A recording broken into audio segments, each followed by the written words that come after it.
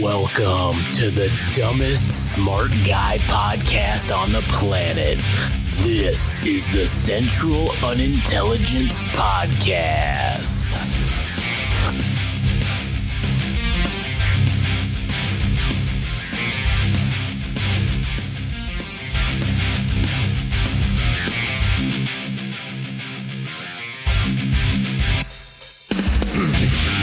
Oh yeah, here we are.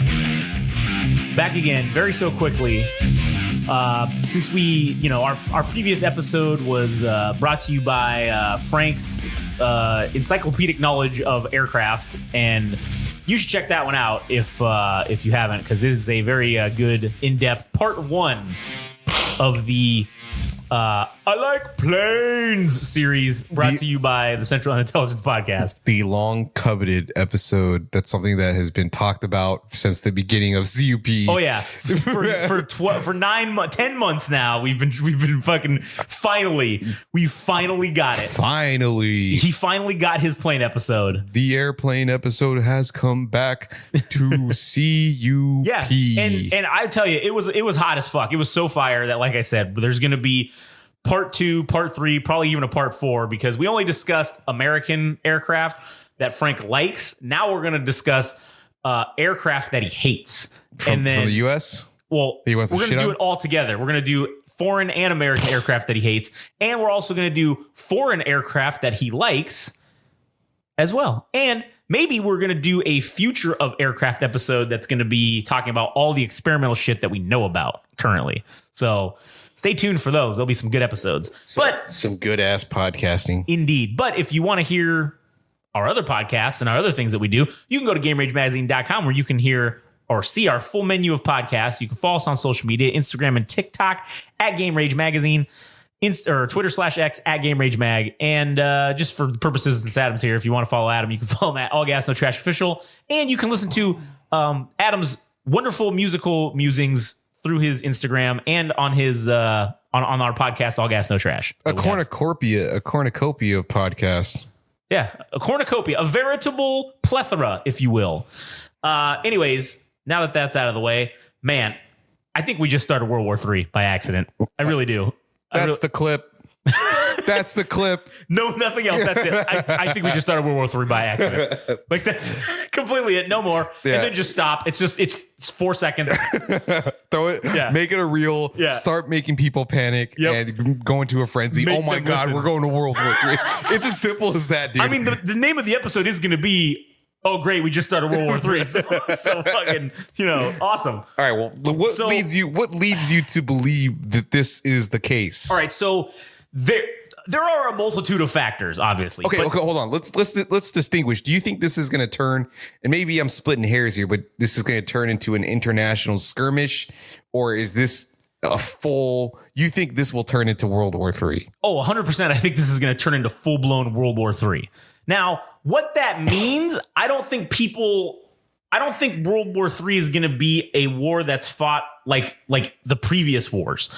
The way World War I fought was vastly different from the way World War II was fought. Therefore, those were only like 20 years apart. This has been, 80 years since World War II? So if we look at it that way, World War III is probably going to be fought in a way with the likes of a war which we've never fucking seen. It's probably going to be a lot of cyber shit. It's going to be a lot of drone shit. It's going to be a lot of, there's going to be some conventional stuff, but hell, it may even include nuclear weapons. Who the fuck knows? It just kind of depends on where shit escalates to. I'm ready. Oh, man. Yeah, I'm ready just to let it all fucking crumble. Let it all burn, baby. I want to see nukes dropped everywhere and we all fucking die. Let it rip. Oh, yeah, let her rip. But anyways, the thing that actually specifically is prompting this thought in my brain is the fact that our help of our assistance to the Ukrainians has now become problematic, in the sense that we have given them, obviously, we've been giving them weapons and money and all kinds of shit, right? So they've also unlocked frozen assets by the Russians, I think, recently at the well, at least it was discussed, I think, in the G12 summit, I think. Was it the G12 summit? Yeah, it's one of those, the G8, G9, G12, I don't know. G20? G12. I'll look that up in the meantime. One of those fucking things. So basically, we have been giving them a lot of shit. And now we've been pressured by the international community. Well, the international community that's on the Ukrainian side, I guess. Go ahead. G7. There it is. That's right. I knew there's some kind of number. So we have been pressured to let Ukraine strike inside Russia, to say, hey, you should let them not just be defense, but you should let them use the stuff you're giving them for offense, because that's how they're going to be able to, win the war or whatever, quote unquote. So we finally sort of unlocked some of those abilities. And one of the things that we've given them is these they're ATACMs or ATACMS missiles. And basically they're like a cluster munition. It's the Army Tactical Missile System. It's a tactical ballistic missile system that launches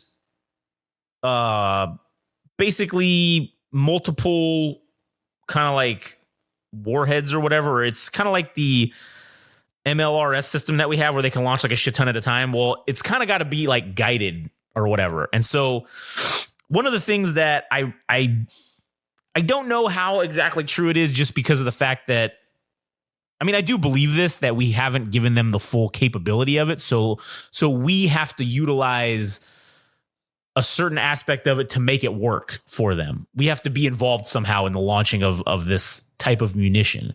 So one of the things that's said is that we have to have some sort of air asset, which we've been using our Global Hawk drones to be up and to assist with the guidance of these missiles, because we don't want to give the Ukrainians the key to like do it or whatever. It's like, I don't know if it's like they got to punch in like when you get a subscription thing for like Norton and it says you got to put in your subscription key to make sure it works. I don't know if it's like that's kind of how it works, where you need to put in like your key code to make sure that, oh yeah, cool, the missile will launch.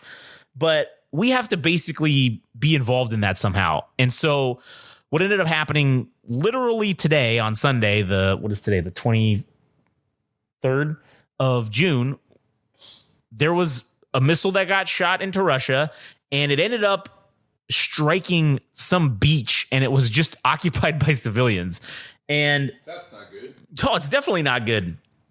And I haven't really it was in the Crimean region, which is owned by Russia.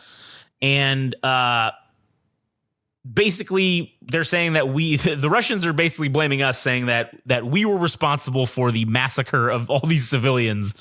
And massacre, and by how much? How many people? Well, okay, so that's the problem. I haven't been able to find any data from them as to how many people were killed supposedly. So who knows what the number is? But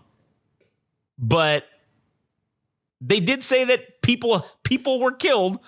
I can't find out.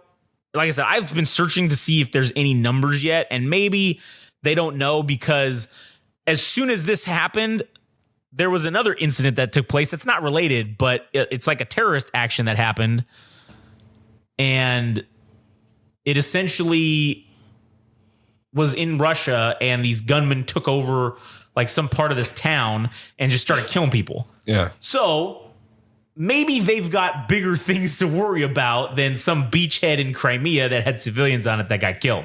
So I would venture to say that they're probably more concerned with that than releasing the numbers of, and finding out who the fuck these guys were. And who knows? Who knows what the whole thing's going to lead to, but the Russian Defense Ministry did come out and say that they're holding the United States responsible, and that there will be some sort of retaliation for this, is what they're saying. Now, what that retaliation is going to be, who the fuck knows? And the reason why I think this is just further escalating us towards this World War III scenario is because I still hold the opinion that, because the BRICS thing's happening, and we got China, Russia, and basically the Middle Eastern, Iran and their buddies, all kind of on the same team now. I do think that the only way it works is if they overwhelm our response capability. And if they're going to do anything, they got to do it at the same time. And it's leading me to believe that something's going to go down because we've now pulled back a little bit from the Israel situation. We've pulled our carrier group out of there. Like we just kind of pulled one out because we had two. Now we backed off and pulled one out. And I think the reason for that is because we have intelligence to lead us to believe that there's going to be an escalation in Taiwan because that's been continuing to slowly escalate. There's likely going to be a further escalation on the Korean Peninsula because that's been another thing that's been popping off the last several weeks. The North Koreans have been sending guys over to cross the DMZ line. And I like that Scott Hall NWO walk, by the way. So they've been sending people over. It's happened probably 6-7 times in the last 3 weeks or so. And one of the things that has happened is the South Koreans have begun firing at them. They've started shooting at the North Korean guys, and they have been firing what they're calling quote unquote warning shots. But the problem with warning shots is you may actually accidentally shoot some people. And that's what's going to eventually happen is some of these. And I think that's North Korea is trying to manufacture a reason to do something, to start some shit. Oh, if the South Koreans shot some of their guys, well, that's a reason enough, I guess. Man, the best part of this weekend or the past week was when Putin went to go visit Kim Jong-un. Yeah. Because apparently they have some kind of military pact. Yeah. That was drawn up. I don't actually know what it entails. I have to look that up. I believe it's economic support for each other as well as weaponry, munitions. Russia's going to be giving them some sort of technology. It's probably not disclosed as to what that is going to entail. Yeah. But they're going to give them something of value. And but my favorite part is how cute they looked when when Putin left. He's like, bye. It was like the most unsettling, heartwarming thing you could see. Two dictators being cordial or friendly with. I know this is not supposed to be a podcast about. Well, maybe it is. I don't fucking know. I don't know what the CUP, if there's comedic elements to it. Of course there are. But that shit was funny as fuck, dude. I couldn't stop laughing after I saw that video of them just waving bye to each other when Putin got on the plane. You could see him from the window and he's like, bye. Bye. Yeah. And that is extremely unsettling because I think that that BRICS alliance, they're also going to let North Korea into the BRICS or whatever. And that's fine. But again, it's just further ingraining that someone's going to need to be the sacrificial lamb to start this shit off. And Russia needs to push past the Ukraine. China wants to take Taiwan. Iran wants to wipe Israel off the map, right? That's kind of what the generalities are. North Korea also wants to reintegrate South Korea into the mix and become one country again.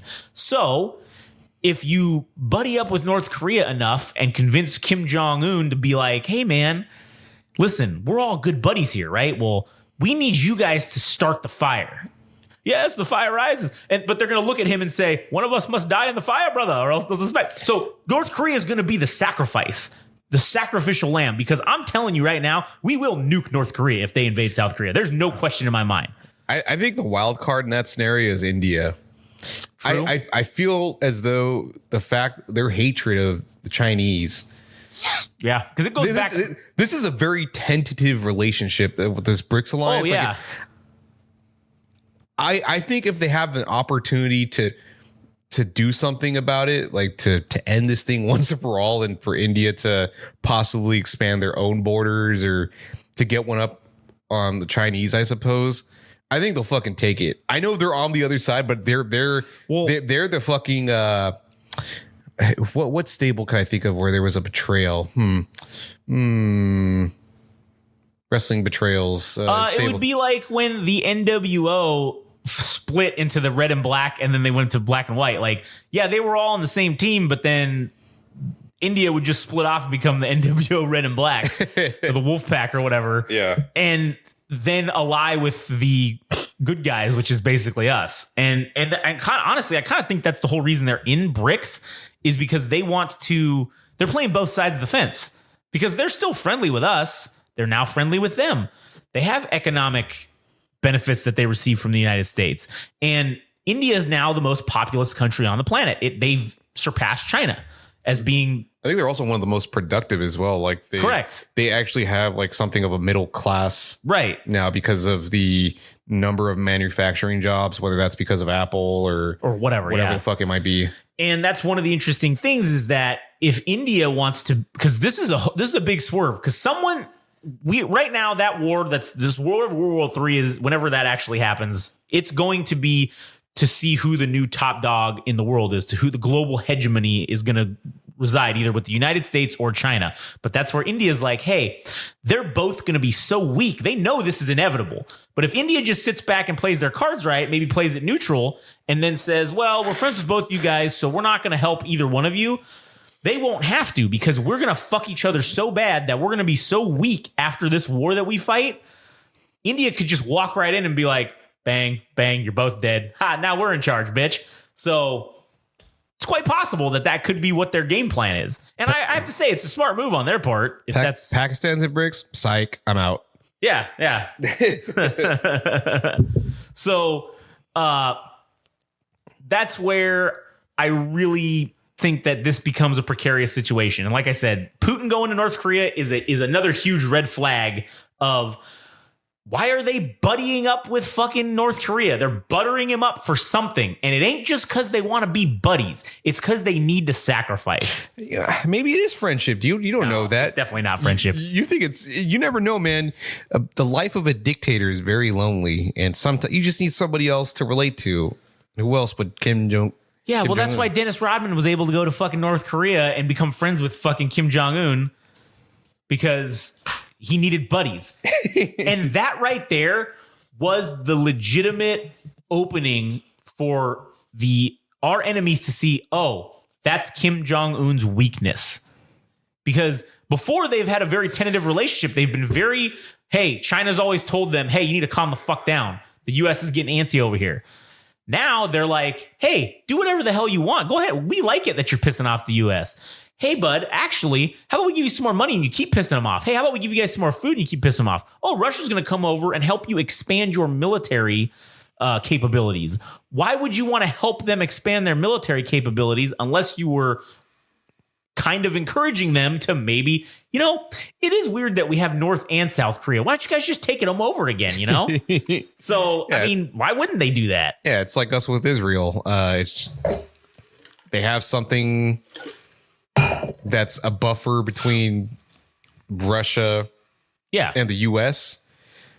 All right, well, now we got some stake with the whole Israel thing. Like, we created that nation. True. So now we can plant missiles and do whatever the fuck we want. And I mean, if anything, that's what the North Korea, this whole relationship is. Actually, the more apt description would probably be the Ukraine thing, is that we're trying to extend our borders, or our buffer. I mean, we're not there technically on European borders, but at the very least, we're making sure that they're fucking landlocked. They can't advance on ground. And if they do try to go through seas, I mean, shit, they're going to have to go through the Scandinavian countries that are also part of NATO. But, just an extra degree of security. And now Russia helping North Korea, maybe they're trying to make their play too about, hey, maybe we should make the U.S. uncomfortable on the Pacific Rim.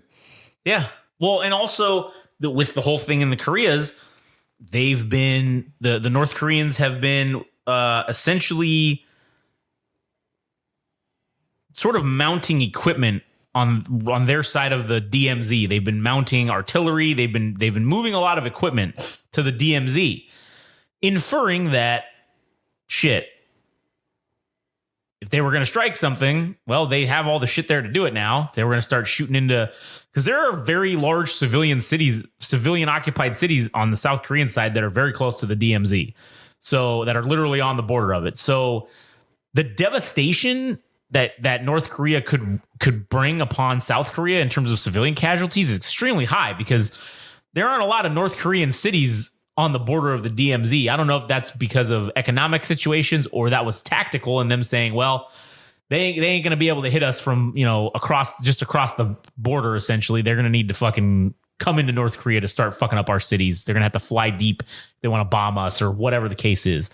So it's very interesting that these escalations are happening. The Chinese are continuing to basically do these fake blockade maneuvers around Taiwan, send in aircraft into their fucking little economic zone and like send ships in and shit. The Chinese Navy took over a Philippine Coast Guard ship the other day. They boarded it, and I have heard no updates on this story other than I saw video of a Chinese Navy ship and I think it was another Chinese Navy ship that they like pinned it, and then they fucking just like stormed this Filipino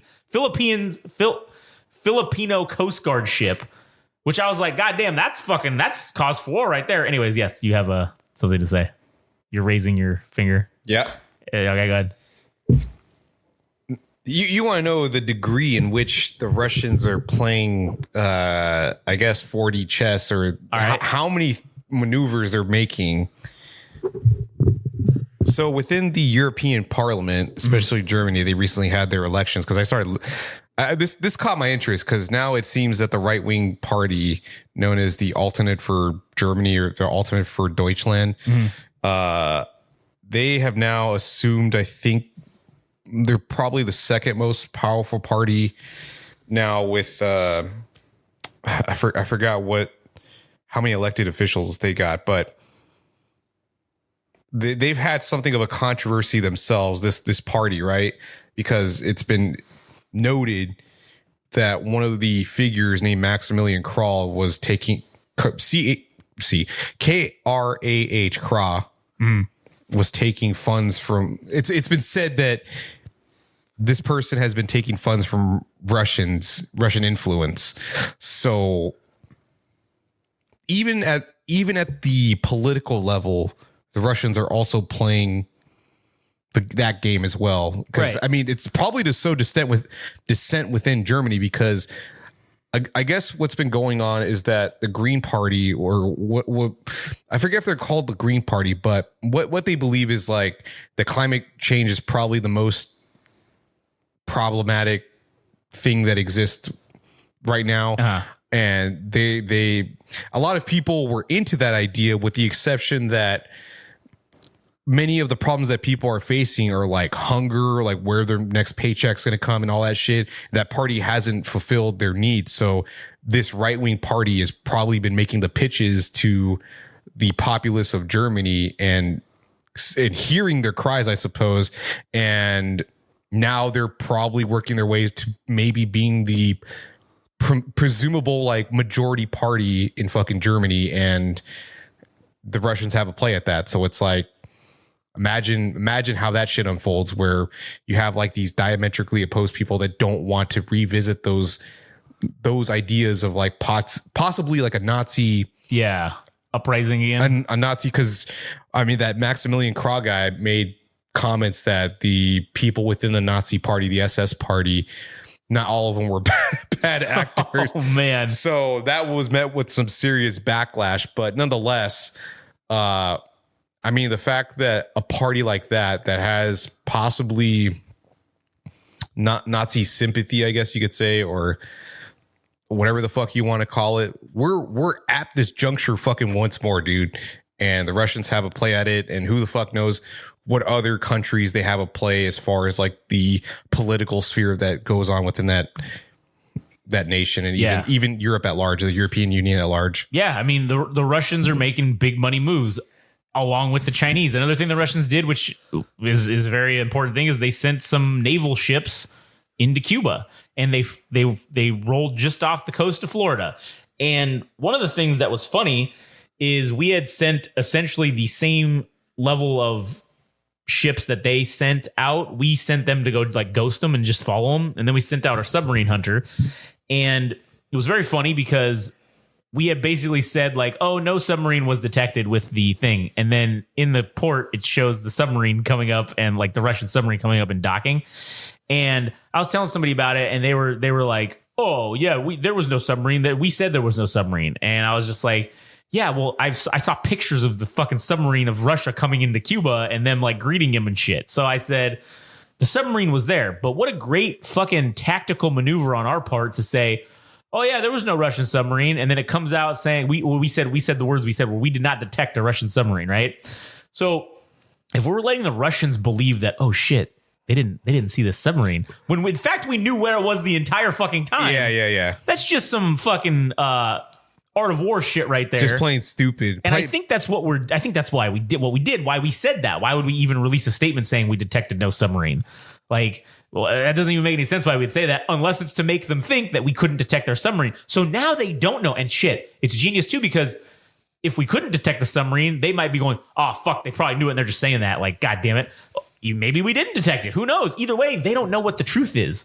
It's the deception is warfare type shit. So it's just making them guess and second guess and triple guess about, oh man, I don't know about this. Fuck, what about that? Ah, shit. Who knows? So now nobody knows anything. It's what did you call it? The post-truth fucking society that we live in. It doesn't even matter what the truth is, because you have them convinced so much that they have no idea what the truth could actually possibly be. So that's another interesting thing to note. There's been some things noted that I've noticed it on the flight tracker apps and stuff, that we've been sending a lot of those sub hunters that have been doing search patterns off the West Coast, off the East Coast. That's been happening a lot more lately. And it could be training. It could be ramping up for training, but it could also be because, likely, my opinion is that the Russians do have some submarine assets off of our coast just chilling, just like I'm sure we have submarine assets within striking range of them. You know what I'm saying? So it makes sense that, yeah, that's probably happening right now. And what the purpose of it, who knows? It could be deterrence. It could be, because that's the biggest thing with people wanting to run around and say that, oh yeah, we're going to fucking use nuclear weapons. Well, the biggest deterrence is that other people have them and could decide they wanted to use them against us. So that's the deterrence factor. It's that whole reason why people wanted to make nukes in the first place was, well, shit, that guy has them. Now I got to have them, so that they can't just fucking steamroll me and threaten me with nukes, right? That's the whole how we got into this mess in the first place. Yeah. So who knows what the fuck actually is going to happen? But I do think I still hold my opinion that whatever it is going to happen is going to all happen at once. That's the only fucking way that they can have any chance of potentially defeating the United States, is by doing everything at once and overwhelming our ability to respond.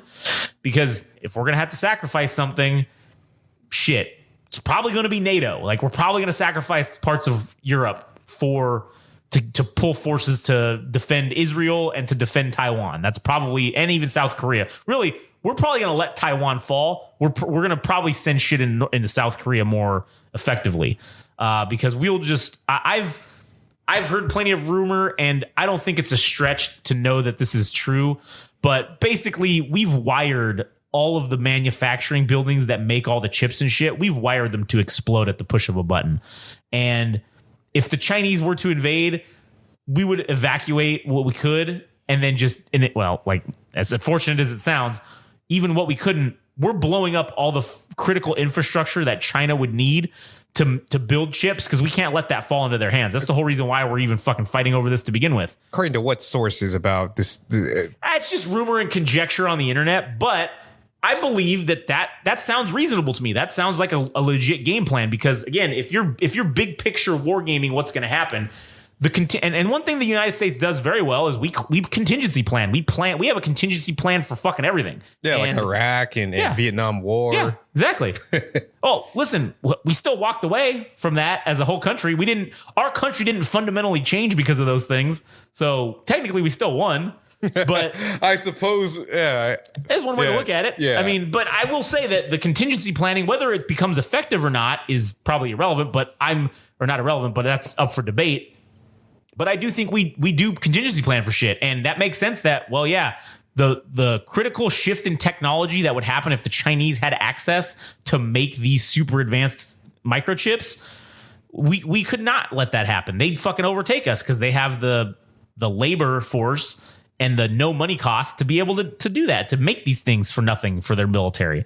So we couldn't have it happen. So I do believe that shit's rigged to blow. Like, at the drop of a hat, as soon as they're coming, click. Oh shit, we didn't even give them time to escape. Oh well, sorry boss. Well, problem solved. We don't got to worry about the Chinese having access to these chips because we blew them all up. All right, cool. Let's send everybody to South Korea now. Dude, imagine how much that's going to set back. Oh, technology? Technology. A shit ton. Yeah, because I mean, imagine on what pace we would be.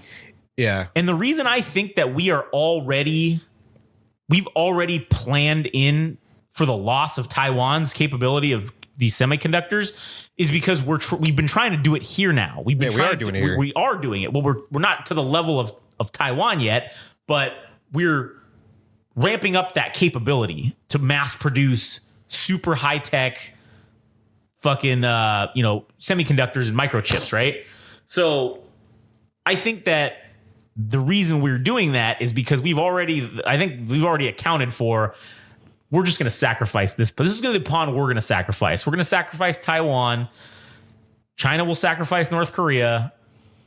We will probably end up having to sacrifice fucking the Ukraine for sure as well.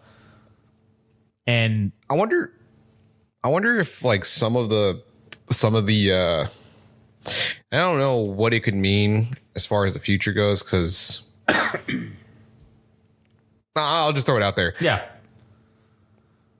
Well, what if the technology that would be developed with like the semiconductors and even the microchips, right? Yeah. Like, because everybody's working towards quantum computing, right? Right. And seems like it. What that would be like an astrological leap in technology, right? So imagine artificial intelligence and quantum computing. Like if you just ask a question, how do I defeat China? Or like, oh, and it just tells you the answer. It just tells you the how do you systematically destroy China or like pretty much any country? Yeah. Is that the first country that is able to develop that technology is probably going to have an astronomical advantage over countries that don't have that. So if we're the first, right, then we have a leg up. And this is kind of something we kind of touched on the last BFN episode that we did about AI and stuff. And I don't think we truly have what's artificial intelligence. I think that's a misnomer. I think that what we actually have is basically just advanced voice Google or advanced Google, where it's not coming to conclusions and figuring out an answer. It's just regurgitating what it already knows, essentially. You're asking it a question and it's searching the database of what it knows to give you an answer. Yeah. It's not actually thinking about what the best logical way or whatever to do something is, right? So I think when we have the first country to develop a true, actual artificial intelligence, that's the new weapon of mass destruction. That deletes nukes. That deletes everything. A true AI, you could take over the world with that if you're the only one that has it and you're the first one to have it. So that to me is the next phase of WMDs, I guess, is it goes, nukes are just a thing of the past once that happens, because you don't need to drop a bomb if you can tell your AI to get into the fucking system and turn off their electricity. You don't got to drop a nuke. That's a problem. It's problematic. That causes all kinds of shit. But yeah, you could turn off their power and let them kill themselves and then turn it back on in 12 months and see where they're at. You know what I'm saying? Like cut off all their internet, cut off everything.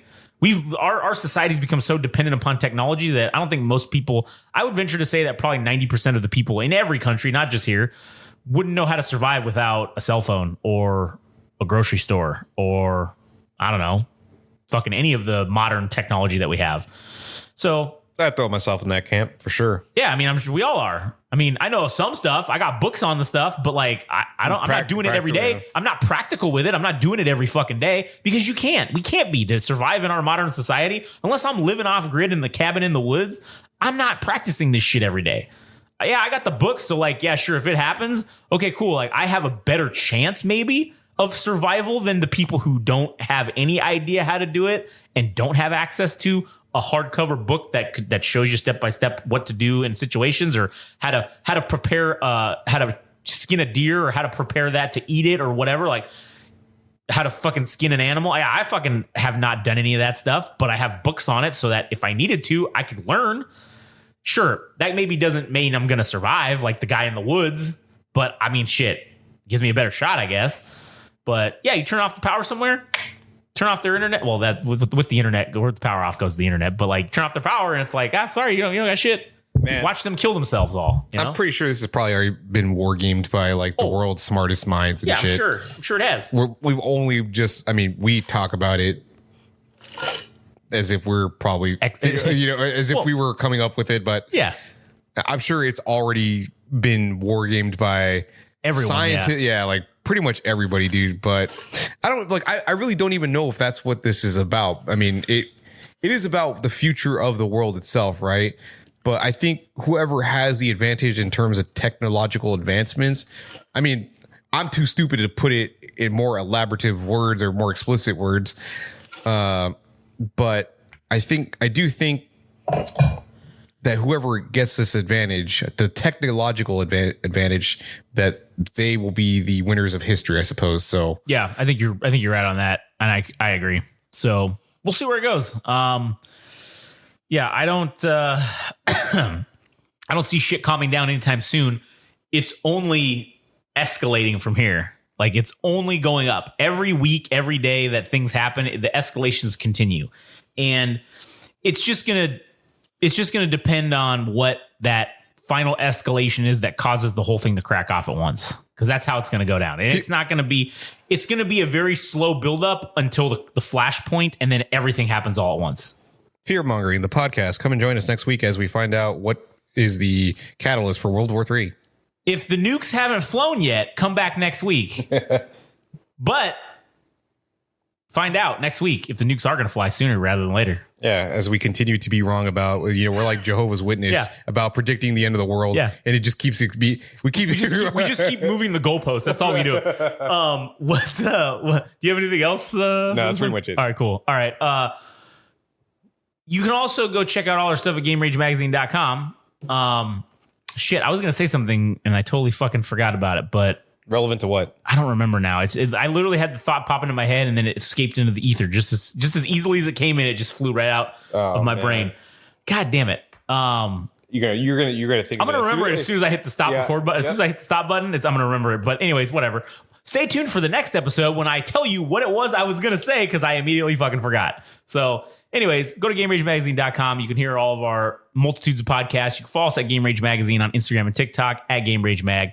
You can follow All Gas No Trash Official on Instagram if you want to hear all the wonderful musical musings, and tune into the All Gas No Trash podcast to hear stuff about music and controversies and random thoughts. So, anyways, all right, well, that's it. So, thanks a lot. Oh, this is what I was gonna say. Just remember, at the end of the day, we here at the Central Unintelligence Podcast are just merely simple amateur historiologists. All right, just simple-minded amateur historiologists that are just trying to stay abreast of all the complicated shit in the world, and maybe taking all this complicated shit in and just kind of putting it out into a way that's digestible for people to come to their own conclusions. To the 0th degree. To the 0th degree. Oh, I can't wait to say that later tonight. Anyways, all right. Don't be an NPC and go fuck yourself. We'll catch you on the next one.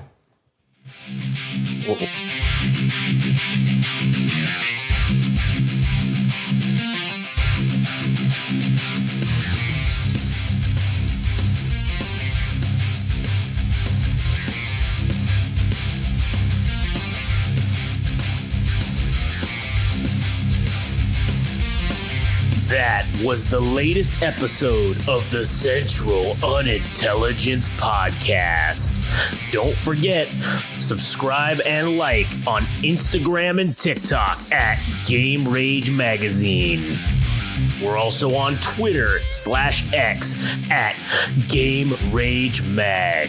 Also, our website, www.GameRageMagazine.com.